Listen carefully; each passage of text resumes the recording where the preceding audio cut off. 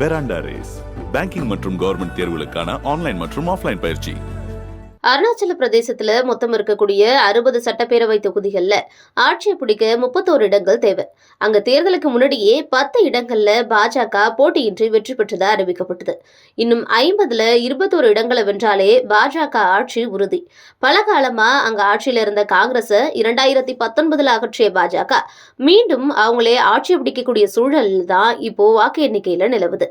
2024ஆம் ஆண்டு நாடாளுமன்ற தேர்தல் 7 கட்டமா நடந்தது. இதற்கான வாக்கு எண்ணிக்கை ஜூன் 4ஆம் தேதி நடக்க இருக்கு. இதோட ஆந்திரா, சிக்கிம், அருணாச்சல பிரதேசம், ஒடிசா உள்ளிட்ட மாநிலங்களுக்கு சட்டப்பேரவை தேர்தலும் நடந்து முடிஞ்சது. இந்த நிலையில சிக்கிம் மற்றும் அருணாச்சல பிரதேசத்துல மட்டும் ஜூன் 2ஆம் தேதியான இன்று வாக்கு எண்ணிக்கை நடக்க இருக்கு.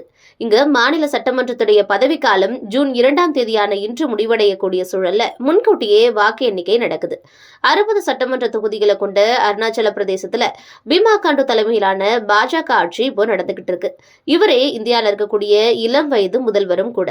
இங்க மொத்தமா 60 எம்எல்ஏ சீட்டுகள் இருக்கு. ஏற்கனவே 10ல பாஜக சட்டமன்ற உறுப்பினர்கள் போட்டியின்றி தேர்வு செய்யப்பட்டுட்டாங்க. கடைசி நேரத்துல எதிர்க்கட்சி வேட்பாளர்கள் வேட்புமனுவை வாபஸ் வாங்கினதுனால பாஜக வேட்பாளர்கள் வெற்றி பெற்றதா அறிவிக்கப்பட்டது. இதனால இங்க 50 தொகுதிகளுக்கு மட்டும்தான் வாக்குப்பதிவு நடந்தது. ஏற்கனவே 10 இடங்களை பெற்றுட்ட பாஜக இன்னும் 21 இடங்களை பிடிச்சாலே ஆட்சியை அமைச்சிடலாம்.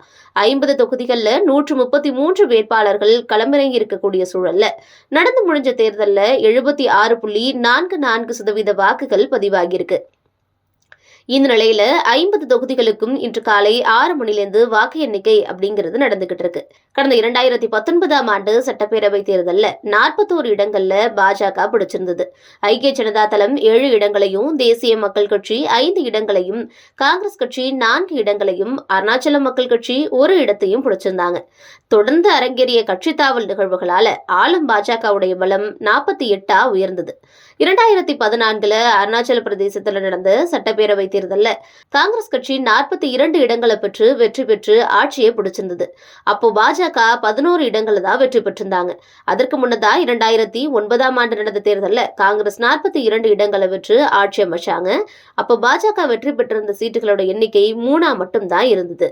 இப்படி கடந்த காலங்கள்ல காங்கிரஸ் ஆட்சி அமைச்சிட்டு இருந்த அருணாச்சல பிரதேசத்துல 2019ஆம் ஆண்டு சட்டப்பேரவை தேர்தல்ல காங்கிரஸ முதல் முறையா வீழ்த்தி பாஜக வெற்றி பெற்றது.